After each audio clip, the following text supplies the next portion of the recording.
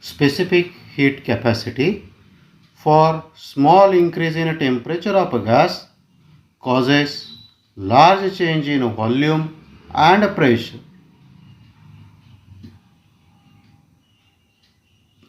There are two specific heats defined for gas.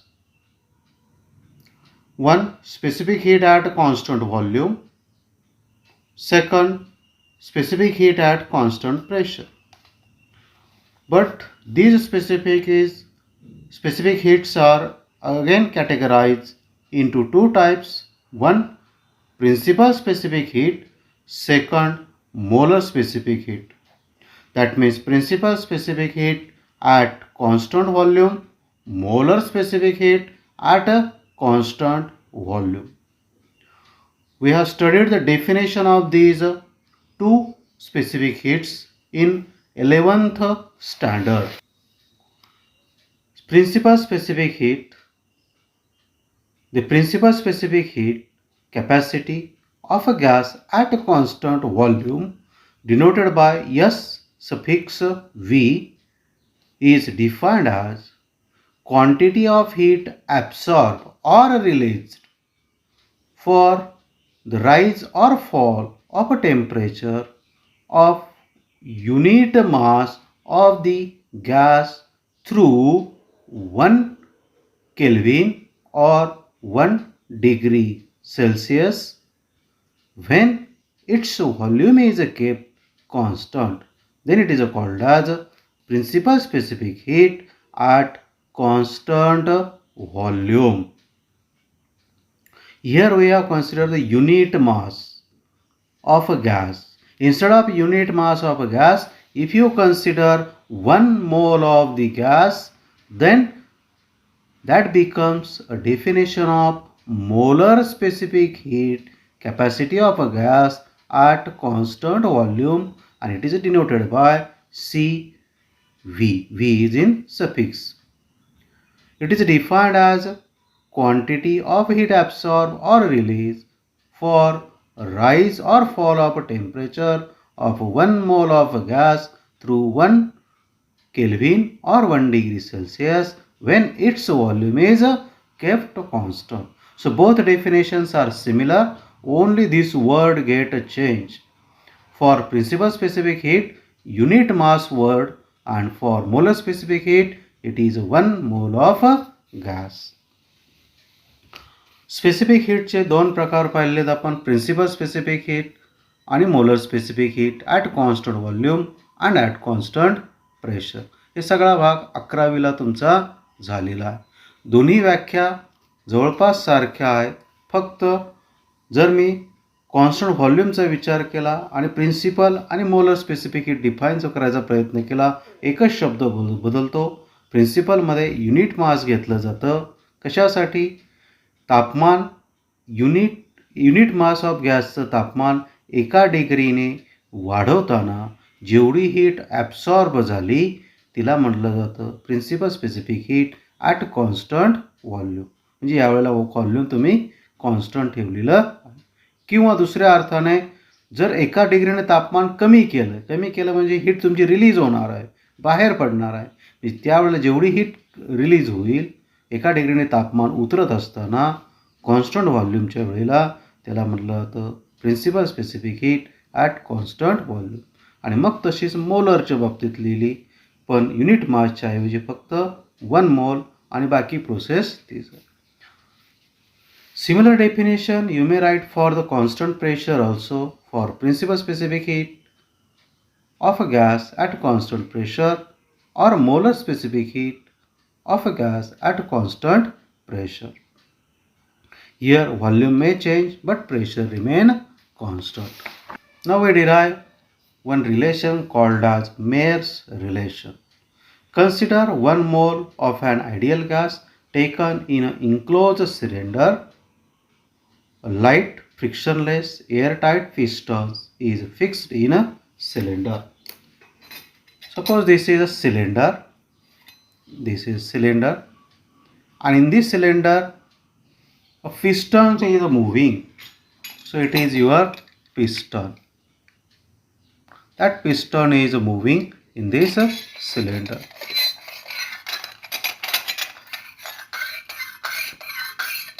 In this way. Now we lock this piston at this position. We have maintained the position of a piston at one fixed point. That means piston is not in motion.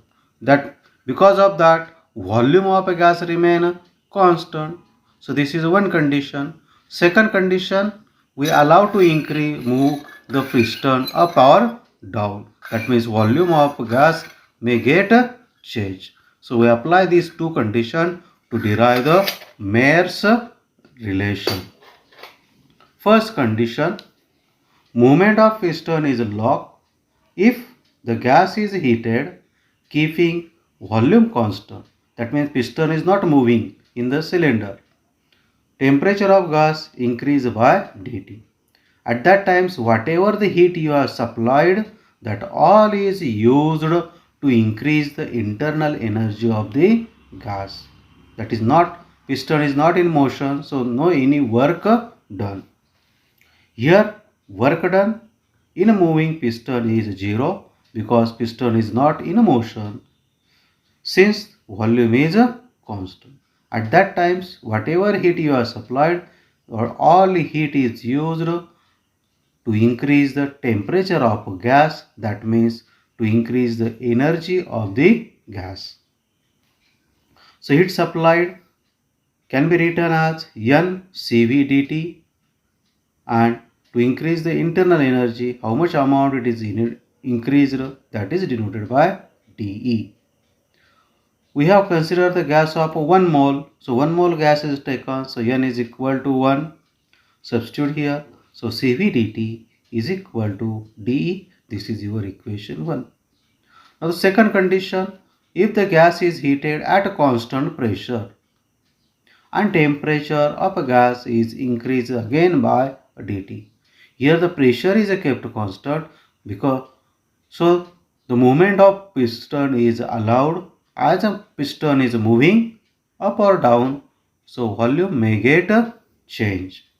And because of motion of a piston, some energy is used. That energy that known as work done in moving a piston. Whatever the amount of heat energy you have supplied, part of that is used to increase the temperature of the gas. That means to increase the internal energy of the gas, and part of energy is used for the movement of a piston.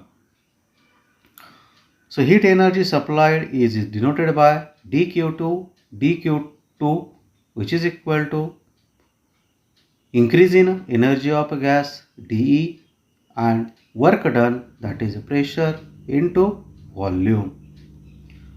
Here in both the case increase in temperature is the same, therefore increase in internal energy in both the case is same, but supplied energy is different. As gas is heated at constant pressure, so dQ2 is equal to N Cp dt. Again for 1 mole of gas N is equal to 1. So dQ2 is equal to Cp dt. Substitute in the equation. So Cp dt is equal to dE plus PdV. From equation 1 we have to substitute the value of dE, which is Cv dt. So Cp dt is equal to Cv dt plus PdV, but we know PV is equal to RT. For small change in temperature, change in volume is dV. So PdV is equal to R dt. Again substitute that value in this equation. Take dt as a common. Shift one dt to the other side. Dt get cancelled and you get Cp minus Cv is equal to R, called as Mayer's relation between Cp and Cv, that is molar specific heat at constant pressure and molar specific heat at constant volume. Here we have assumed that dE and dW measured in a same unit. Generally, dE is measured in calories. That means internal energy is measured in calories and work done is measured in joule. So to write in terms of a joule, we just convert the equation Cp minus Cv is equal to R divided by J, and J is called as mechanical equivalent. This Mayer's equation now in one unit as in a joule. We know relation between the molar specific heat and principal specific heat, that also you have studied in 11th standard, that is Cp is equal to m0 Sp. Sp is principal specific heat, where you use unit mass. Here you used, that means for molar specific heat you used 1 mole of gas. Second equation, Cv is equal to m0 Sv. Substitute both in above equation, then Mayer's equation get converted into principal specific heat term Sp minus Sv is equal to R divided by m0, or Sp minus Sv is equal to R divided by m0 J. dW, work done in moving piston, called as mechanical work done. Sp, principal specific heat at constant pressure. Sv, principal specific heat at constant volume. Now we find the specific heats for monatomic gas, diatomic gas. Also we find the adiabatic ratio. So we find both the specific heat, that is specific heat at constant pressure and specific heat at constant volume. Whatever the steps you have follow, that step first we see. First, we require the formula for adiabatic ratio, that is gamma, which is equal to Cp divided by Cv. We require the formula of Mayer's equation, that is Cp minus Cv is equal to R. So from that you may write Cp is equal to Cv plus R. Also we require average energy of one atom, which is equal to F divided by 2 kBT. What is the F? F is known as degree of freedom. This formula not present in your book. Remember this formula. So we require all these formulas which are written in a red color. So first, specific heat of a monoatomic gas and its adiabatic ratio. So example of monoatomic gas is helium. Let Na number of atoms of a monoatomic gas in a container, that means in a 1 mole of gas. That means in a container we have taken 1 mole of gas, and in 1 mole of gas there are Na number of atoms of that monoatomic gas present. For monoatomic gas, degree of freedom is 3 because they present only translational motion. So average energy per atom is equal to, degree of freedom is 3, so 3 divided by 2 kBT. Here we have written degree of freedom divided by 2 kBT. This is for one atom. But in 1 mole of gas there are the n atom. So total energy, the total internal energy, which is denoted by E, equal to Na inside bracket 3 by 2 kBT. Molar specific heat at a constant volume is nothing but dE divided by dt.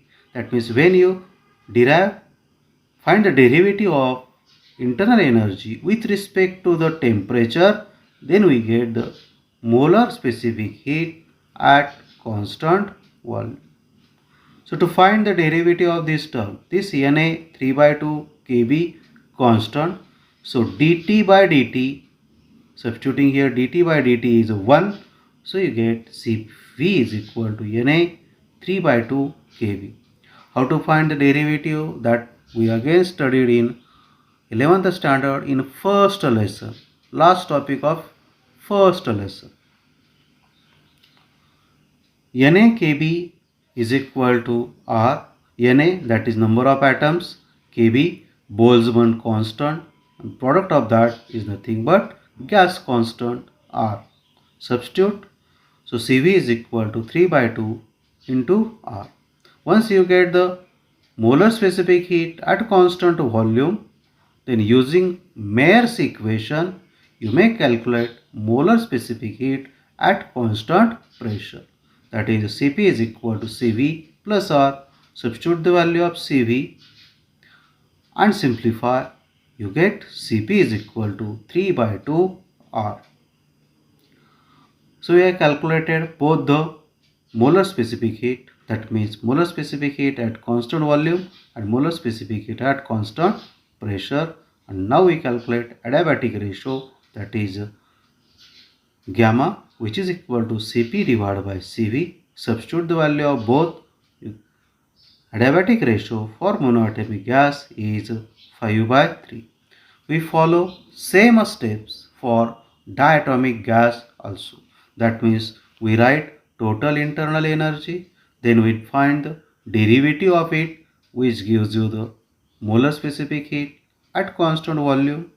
Then we use the formula Cp is equal to Cv plus R, that is Mayer's equation, and last we use adiabatic ratio. So molar specific heat of diatomic gas and its adiabatic ratio. So examples of diatomic gas: oxygen, nitrogen, carbon monoxide, HCl, hydrogen, etc. For diatomic gas, 3 translational degree of freedom and 2 rotational degree of freedom. So total energy for 1 mole of gas is energy due to the translational degree of freedom and energy due to the rotational degree of freedom. So translational 3, so 3 divided by 2 NaKBT, rotational 2 degree of freedom, so 2 divided by 2 NaKBT. Simplify equation, which gives you E is equal to 5 by 2 NaKBT. Again we find the derivative of this dE, so that we get a Cv. So Cv is equal to dE divided by dt. Again 5 divided by 2 NaKb constant. So derivative of t with respect to t is 1. So Cv is equal to 5 by 2 NaKb.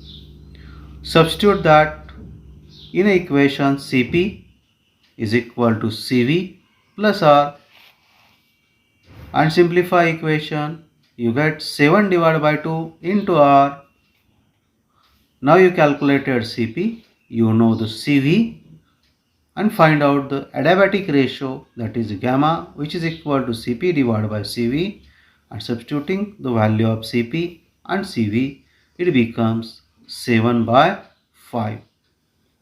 Here we have not considered the vibrational motion of the molecule. Now we consider the vibrational motion. If the gas contains non-rigid vibrating a molecule, then we consider the vibrational degree of freedom also. Considering the vibration degree of freedom, now we calculate the total energy. First, energy due to the translational motion. Second, energy due to the rotational motion. And third, energy due to the vibrational motion. In translational motion, 3 degree of freedom. In rotational motion, 2 degree of freedom. And in vibrational motion, again 2 degree of freedom. Adding all this, you get 7 by 2 NaKBT. Similar to above, we find the derivative of total energy with respect to temperature as dt. After finding the derivative, Cv becomes 7 by 2 NaKb. NaKb is nothing but R. So C1 by 2 into R. Use Mayer's equation. Cp is equal to Cv plus R. Cp is equal to 9 by 2 R. And adiabatic ratio gamma is equal to Cp divided by Cv, which is equal to 9 divided by 7. Polyatomic gas. Gases which have molecules containing more than 2 atoms are called as polyatomic gases. Example, NH3. Types of polyatomic gases. Two types, linear molecules and non-linear molecules, that depends upon a structure. For linear molecule, 3 translational degree of freedom and 2 rotational degree of freedom. For non-linear molecules, 3 translational degree of freedom and 2 rotational degree of freedom. See, linear molecules and non-linear molecules. Translational degree of freedom is the same, only change is in rotational degree of freedom. We consider the non-linear molecules. Also, polyatomic molecules have more than one vibrational degree of freedom. That explain below. Let F degree of freedom for vibrational motion of polyatomic molecules. It depends on geometrical structure of a molecule. For each vibrational degree of freedom, contribute one kinetic and one potential energy. That means in one vibrational degree of freedom contain one kinetic energy and one potential energy. So total energy of one vibrational degree of freedom is equal to 1 because of kinetic energy and 1 because of potential energy, that is 2 times 1/2 kBT. As there are F degree of freedom for vibrational motion, so total average energy is F times 2 divided by 2 kBT. Remember this part, it is only change here. For 1 mole of polyatomic gas, internal energy is E is equal to E because of translational motion, E because of rotational motion, E because of vibrational motion. For translational motion, degree of freedom is 3, so 3 by 2 Na kBT. For rotational motion, degree of freedom is again 3 for polyatomic and non-linear molecules.